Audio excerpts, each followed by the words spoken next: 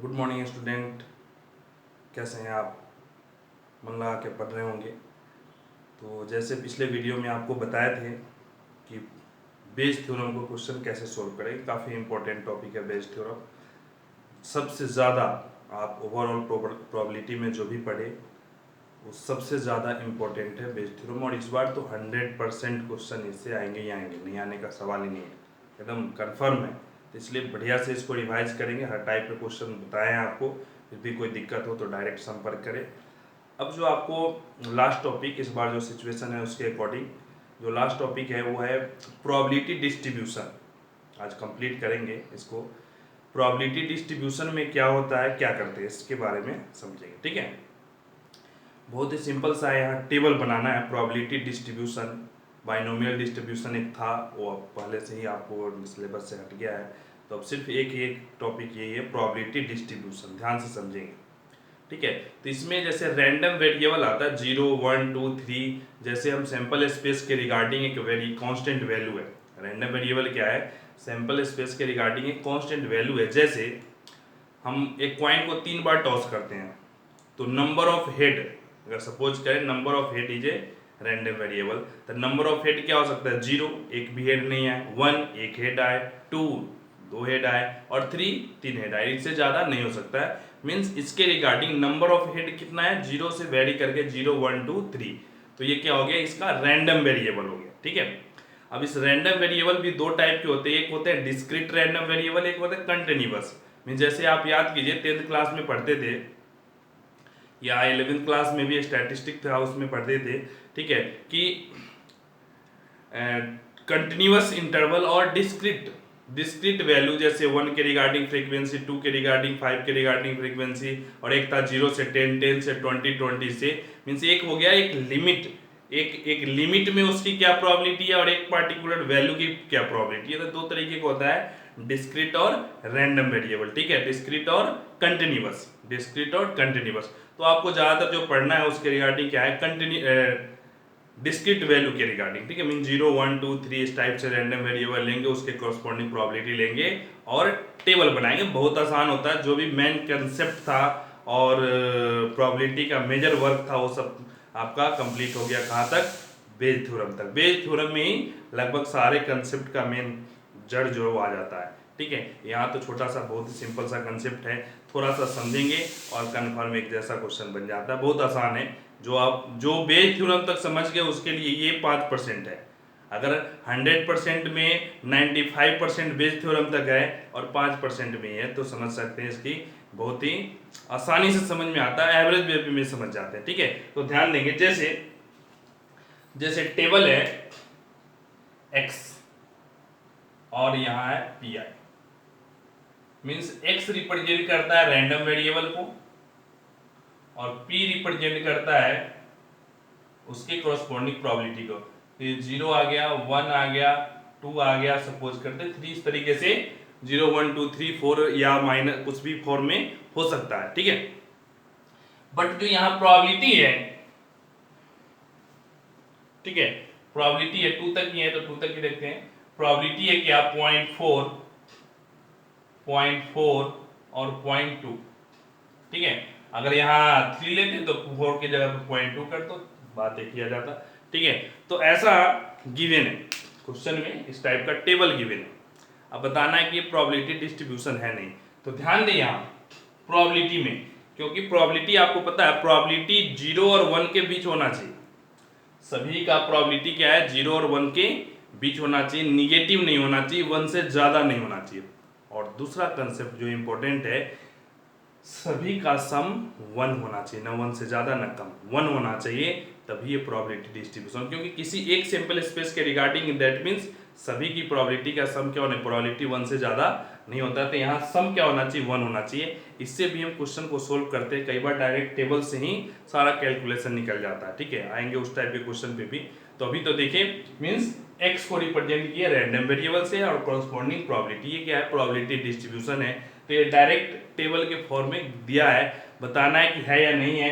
तो सम 1 है और सभी 0 और 1 के बीच प्रोबेबिलिटी लाई कर रहा है, दैट मीन्स प्रोबेबिलिटी डिस्ट्रीब्यूशन है। ठीक है, तो ये तो देख करके बता दिए। अब ऐसा टेबल बनाएंगे कैसे, तो ध्यान देंगे। क्वेश्चन है find that probability distribution of, word पे ध्यान दें, प्रोबेबिलिटी डिस्ट्रीब्यूशन। जैसे ही वर्ड आए, अब तक आप देखे होंगे, अगर प्रैक्टिस में है तो आपको कहीं भी प्रोबेबिलिटी डिस्ट्रीब्यूशन वर्ड नहीं होगा अब तक, बेस थ्योरम तक। फाइंड प्रोबेबिलिटी डिस्ट्रीब्यूशन, ये वर्ड आपको सेपरेट कर देगा सभी से, ये वर्ड आपको सेपरेट कर देगा कि बेस थ्योरम तक जो भी कंसेप्ट पढ़े हैं वो उससे ये अलग है, और ये टेबल वाला कंसेप्ट है प्रोबेबिलिटी डिस्ट्रीब्यूशन। ठीक है, समझ में आया। क्वेश्चन के लैंग्वेज से डिसाइड करना है कहाँ किस कंसेप्ट से ये सोल्व होगा, नहीं जैसे बेस थ्योरम का लैंग्वेज क्या है, जस्ट रिवर्स। टोटल का क्या है, उसमें जस्ट रिवर्स नहीं आता, फाइंड द प्रोबेबिलिटी ऑफ ए। ठीक है, तो इंडिपेंडेंट वाला मींस लैंग्वेज, हर टॉपिक का अपना अपना लैंग्वेज डिसाइड है, इस कंसेप्ट के अनुसार लैंग्वेज है। तो आप उस कंसेप्ट पे स्ट्राइक करें, जैसे ही क्वेश्चन आए तो आप पढ़ें और ये मैच करें कि उसका कंसेप्ट किस कंसेप्ट से, मींस उस क्वेश्चन का कंसेप्ट किस कंसेप्ट से मैच कर रहा है जिससे वो सोल्व होगा। तो वो मैच कर लिए, वो क्या करते हैं, वो कंसेप्ट, वो सिस्टम मैच कर लिए तो आपका सॉल्यूशन हो गया। नहीं, कंसेप्ट बेस थ्योरम का कर रहा है, सोल्व कर रहे हैं टोटल प्रोबेबिलिटी से, तो 100% गलत ही होगा। ठीक है, चलिए तो देखते हैं। Find the probability distribution of the random variable number of tail, number of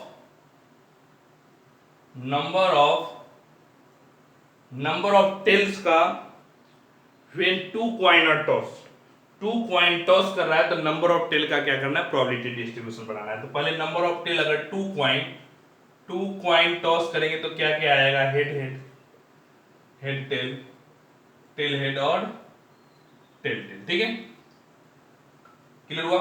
late X be random variable, X be random variable, तो क्या क्या पॉसिबल हो सकता है, x इक्वल टू 0 हो सकता है, 1 हो सकता है और 2, इसके अलावा कुछ नहीं होगा। तो ध्यान देंगे, टेबल बनाए,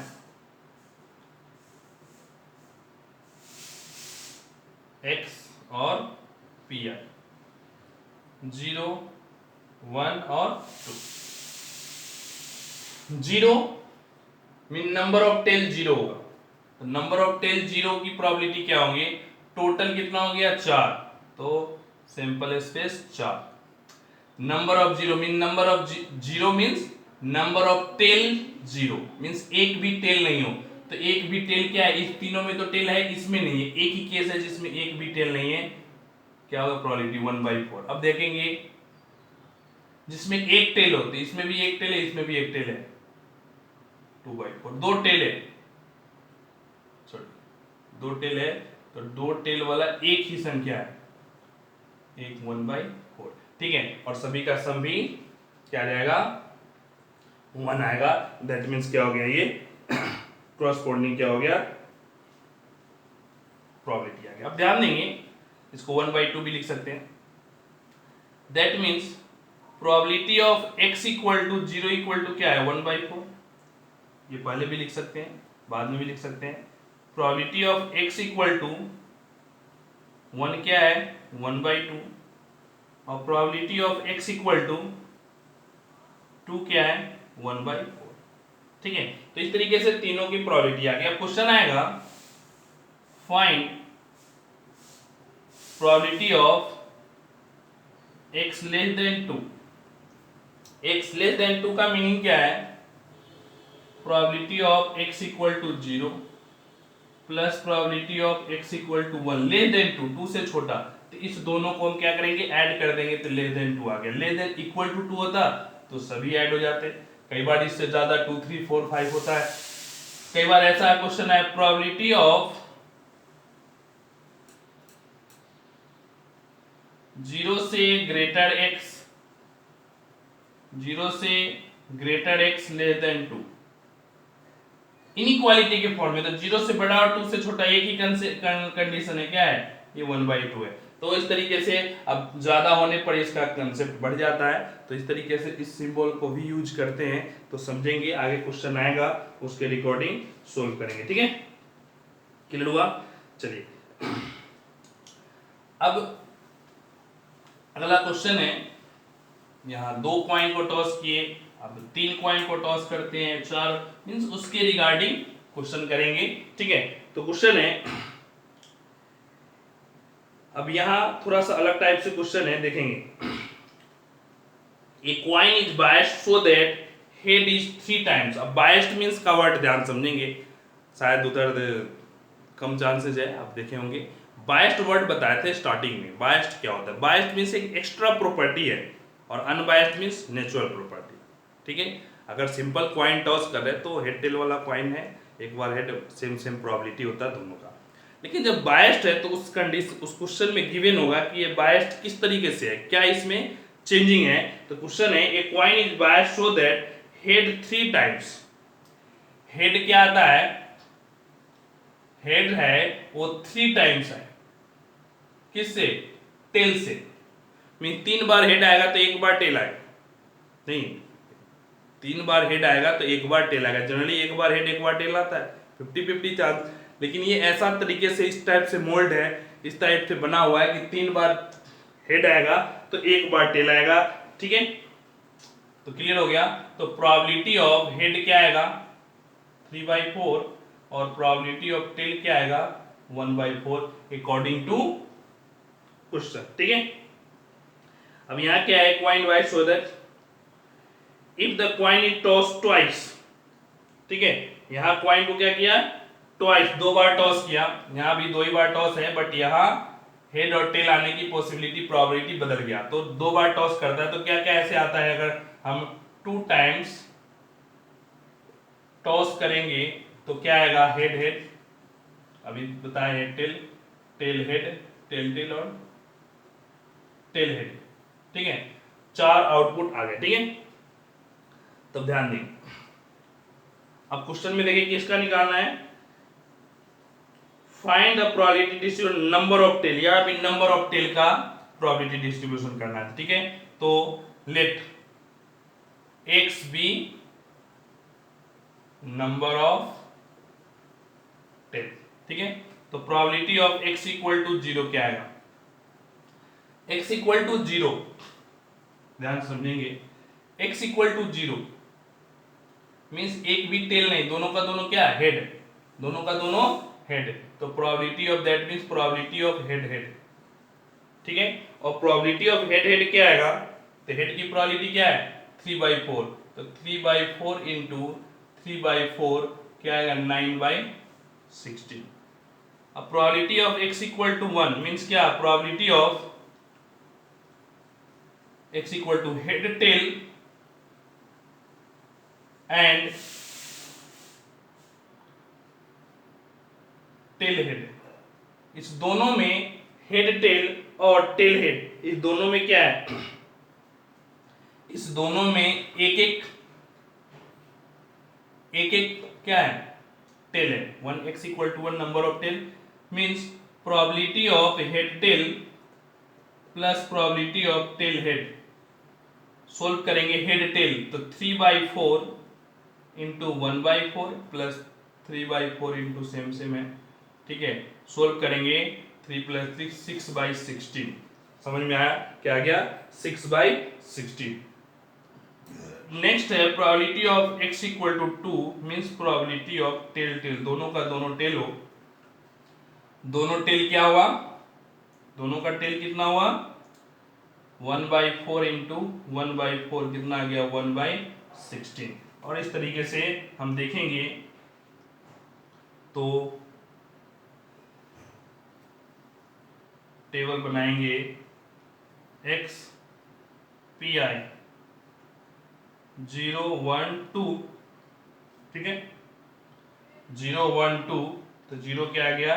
9/16 और 6/16 और 1/16 ऐड करेंगे 1 हो जाएगा। दैट मीन्स प्रोबेबिलिटी डिस्ट्रीब्यूशन बन गया किसका?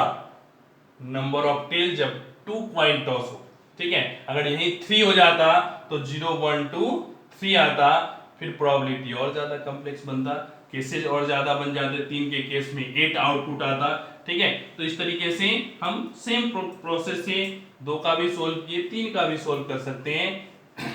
कैलकुलेशन बस थोड़ा सा चेंजिंग आएगा, यहाँ 4 आउटपुट था, वहां 8 आउटपुट आ जाएंगे। ठीक है, चलिए तो अगला क्वेश्चन है, find the probability distribution of number of sixes in 2 tosses of dice। अब यहाँ डाइस टॉस करना है, ठीक है, कितना 2 टाइम्स, कितने आउटपुट आएंगे 36। ठीक है, चलो क्वेश्चन है, number of 6 in 2 tosses of dice एच के। ठीक है, तो number of 6 in 2 tosses of coin,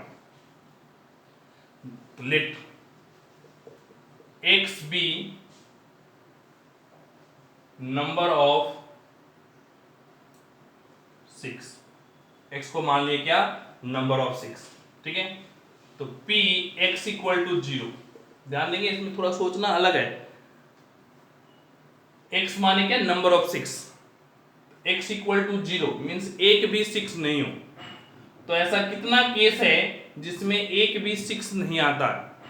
ठीक है, तो ध्यान से देखेंगे तो टोटल 36 केस है जिसमें 11 ऐसा केस आएगा जिसमें एक 6 होगा, एक इस तरीके से 6 और एक इस टाइप से, और 6 6 दोनों में कॉमन होगा, मींस ऐसे 6 इधर से 6 इधर से 12 केस और एक 6 6 दोनों में आया, इसलिए 11 केस ऐसा आया जिसमें एक एटलीस्ट एक 6 तो है ही है। ठीक है, 11 केस, तो 36 में से 11 माइनस कर दे, कितना आएगा 25, मींस 25 ऐसा केसेज है जिसमें एक भी 6 नहीं आएगा। अब देखें, अब x इक्वल टू 0, सॉरी 0 तो पहले कर लिया, अब x इक्वल टू 1। अब कितने केसेज है जिसमें एक 6 आता है, तो उस 11 में एक तो ऐसा है जिसमें 2 6 है, 6 6 है, बाकी 10 क्या है 10 ऐसा है जिसमें सिंगल 6 है, तो आप इसे लिख सकते हैं 10/36। ठीक है, probability of x equal to दोनों का दोनों 6 है, 6 6 एक ही डबलेट 6 6 वाला है जिसमें क्या है दोनों 6 मीन्स ये क्या आ गया। आप चाहें तो कैंसिल आउट करके सिंपल लिखिए या ऐसे भी लिख सकते हैं। अब बनाएंगे प्रोबेबिलिटी डिस्ट्रीब्यूशन, मीन्स आप टेबल जरूर बनाएं, x pi 0 1 और 2 कितना आ गया 25/36, और कितना आया 10/36, और कितना आया 1/36, ये आ गया। लिख देंगे यहाँ प्रोबेबिलिटी डिस्ट्रीब्यूशन। ठीक है, प्रोबेबिलिटी डिस्ट्रीब्यूशन मीन टेबल आपको कंफर्म बनाना है। ठीक है, कैसे आया आप कैसे लिख सकते हैं, जैसे टोटल 36 आउटपुट लिख दे, थोड़ा सा और ज्यादा डिटेल बना देंगे अकॉर्डिंग टू नंबर, अगर 2 नंबर के हैं तो आप डायरेक्ट लिख सकते हैं। ठीक है, समझ में आया, क्लियर हुआ। अब ध्यान देंगे तो आप 2 का आप देखिए, थोड़ा सा बढ़ते हैं क्वेश्चन के। ठीक है, अब देखेंगे थोड़ा सा अलग टाइप से क्वेश्चन, मींस कॉइन देखे, डाइस देखे, अब थोड़ा सा इसको अलग टाइप से क्वेश्चन देखेंगे बॉल के अकॉर्डिंग। बाकी आप जो भी क्वेश्चन का टाइप आएगा वो सब कुछ आप बेस थ्योरम तक में सब कुछ जो भी सिचुएशन आपको पढ़ना है उसके रिगार्डिंग हर टाइप के क्वेश्चन आप देख चुके हैं, समझ चुके हैं। ठीक है, अब बस उसको थोड़ा सा इम्प्लीमेंट कर देना है। ठीक है, ये earn contain 4 white 3 red ball. ठीक है, यहाँ क्या है 4 व्हाइट और 3 रेड बॉल है। ठीक है, find the probability number of red ball, number of red ball, तो let x be number of red ball, x को क्या मान लिया नंबर ऑफ रेड बॉल, तो यहां 3 रेड बॉल है, तो क्या क्या पॉसिबल हो सकता है 0 1 2 और 3। ठीक है, क्या क्या पॉसिबल हो सकता है 0 1 2 3, सो x इक्वल टू 0 1 2 3। ठीक है, यहां तक काम बन गया। Distribute number of red ball in 3 draw with replacement from the earn. अब ध्यान देंगे 3 ड्रॉन करना है 3 बार, बट विथ रिप्लेसमेंट मींस नीचे गिरा देखे और उसको वापस रख दिए, इन सैंपल स्पेस में चेंज नहीं होगा, प्रोबेबिलिटी सक्सेस में चेंज नहीं होगा। ध्यान समझे, अगर यहीं बाहर कर देता तो हर बार में चेंज हो जाता, लेकिन बाहर नहीं कर रहा, यहाँ विथ रिप्लेसमेंट भी वापस फिर रख दिया, हर बार सेम सिचुएशन। ठीक है, तो ध्यान देंगे 3 रेड है, तो probability of x equal to zero, x equal to zero का मीनिंग क्या हुआ, एक भी रेड नहीं होना चाहिए, मीन तीनों का तीनों क्या होना चाहिए, व्हाइट होना चाहिए, तीनों का तीनों क्या होना चाहिए, व्हाइट। तो W1 W2 W3 तीनों का तीनों व्हाइट होना चाहिए। क्लियर हुआ, समझ में आया। और जैसे ही तीनों का तीनों व्हाइट आएगा तो व्हाइट की प्रोबेबिलिटी क्या है, 4/7 4/7 4/7 मल्टीप्लाई करेंगे तो कितना आ जाएगा, 64/343 7 into 7 49 into 7 343। ठीक है, अब probability of x equal to 1, ठीक है, probability of x equal to 1, x equal to means एक रेड हो और दो व्हाइट हो, तो क्या क्या होगा, प्रोबेबिलिटी ऑफ अगर R1 हो गया W2 W3, ठीक है, probability of W1 R2 W3, probability of W1 W2 R3, means या तो फर्स्ट में रेड हो गया है, सेकंड में या थर्ड में, तीन केसेज है, तीन बार में रेड हो सकता है, सिंगल सिंगल हो गया। अब इसे सोल्व करेंगे तो देखो क्या आ जाता है, R1 प्रोबेबिलिटी 3/7 इंटू 4/7 इंटू में 4/, ठीक है, 4/7 3/7 4/7 4/7 4/7 इंटू में 3/7, सभी को मल्टीप्लाई करेंगे तो क्या आएगा, ठीक है, 48 प्लस 48 प्लस 48 बाई 343, समझ में आया नहीं आया, अब मल्टीप्लाई तीनों को ऐड कर दें, 144/343 और दैट इज द आंसर। कब, जब ये 1 के केस में हुआ, ठीक है। अब ध्यान देंगे, probability of x equal to 2 mean दो रेड हो और एक व्हाइट हो, क्योंकि दो रेड सक्सेस, तो R1 R2 W3, ठीक है, प्रोबेबिलिटी ऑफ दो means R1 W2 R3 plus probability of W1 R2 R3, means यहां भी तीन केसेस, बट दो क्या है, रेड है, दो रेड है और एक व्हाइट है, तो क्या लिखेंगे, 3/7 इंटू में 4/7 प्लस 3/7 4/7 इंटू में 3/7 प्लस 4/7 इंटू में 3/7 इंटू में 3/7 मल्टीप्लाई करेंगे, 36 प्लस 36 प्लस 36 36 इंटू 3/343, फाइनली क्या आ गया, 108/343, और ये आपका क्या हो गया, आंसर आ गया, ठीक है। अब अगला देखेंगे क्या है, probability of x equal to 3, तीनों का तीनों रेड हो तो क्या होगा, R1 R2 R3 तीनों का तीनों रेड, तो 3/7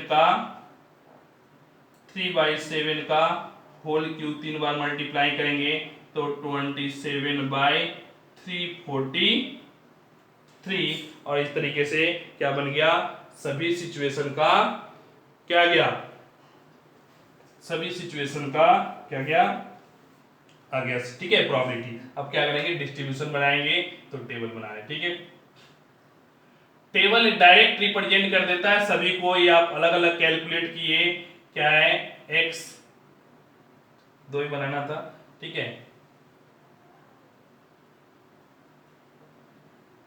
x और pi 0 1 2 और यहाँ क्या है 3, क्योंकि यहाँ चार केसेस बन गए, 0 1 2 3, अगर वही व्हाइट का निकालता तो 5 केसेस बनता, 0 1 2 3 4 number of white, the number of white 4 तक जाता, 0 1 2 3 4 ठीक है, यहाँ 3 ही था तो 0 1 2 3, तो प्रोबेबिलिटी ऑफ 0 केस में क्या आया देखें 64/343, 1 में क्या आया 144/343 और 108/343 और 27/343, क्योंकि जब भी एग्जामिनर ऐसे चेक करता है तो एक नजर यहाँ डालता है और डायरेक्ट इस पे डालता है टेबल पे, क्योंकि ओवरऑल इस सभी का मेन पिक्चर कहाँ है, यहाँ है। अगर ये सही है दैट मीन्स मान के चले कि ये भी सही होगा, लेकिन अगर यही गलत हो गया तो फिर गलत ही है। ठीक है, तो इसको एकदम परफेक्ट रखेंगे, इसमें कोई साफ साफ लिखा होना चाहिए जिससे एकदम देखते ही पता चले कि आपका डिस्ट्रीब्यूशन परफेक्ट है, कोई इसमें मिस्टेक नहीं है। ठीक है, क्लियर हुआ, समझ में आया। अब ध्यान देंगे थोड़ा सा अलग टाइप के क्वेश्चन पे, दैट मीन्स वहां ऑलरेडी टेबल का फॉर्म गिवन हो। ठीक है, जैसे क्वेश्चन है, ध्यान समझेंगे, मीन्स टेबल गिवन है, अब आपको उससे कैसे कैलकुलेट करेंगे। यहां तो प्रोबेबिलिटी आप बनाए, सोल्व किए, अब इसमें क्या है ध्यान समझेंगे। क्वेश्चन है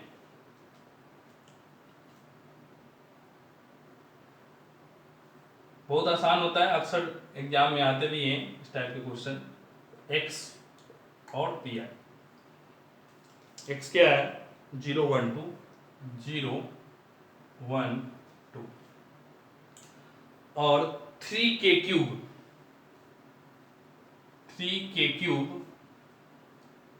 4k minus 3k square 4k minus 3k square 4k minus 3k square और 5k माइनस 1।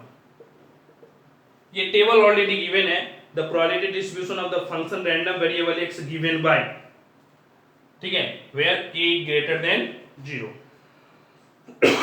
अब निकालना है आपको क्या क्या value, probability value of k, ठीक है, probability of x less than 2, तीसरा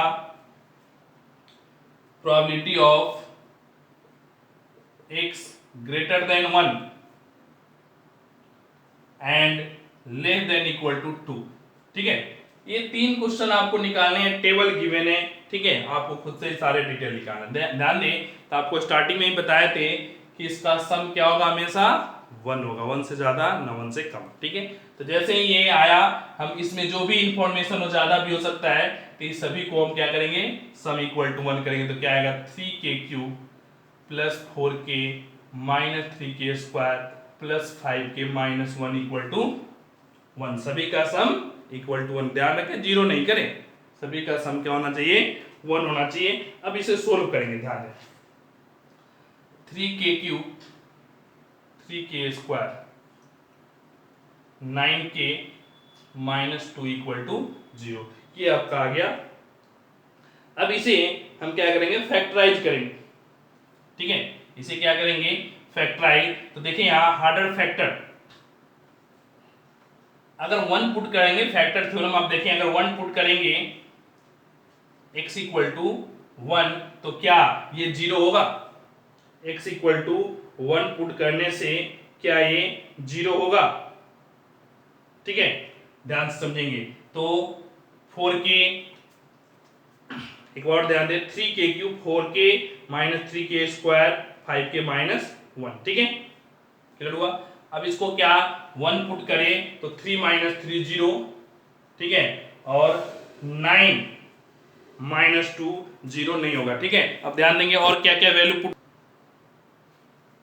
देखेंगे। यहाँ 4k माइनस 3k स्क्वायर नहीं है, ध्यान से देखेंगे, क्वेश्चन में मिसप्रिंट है।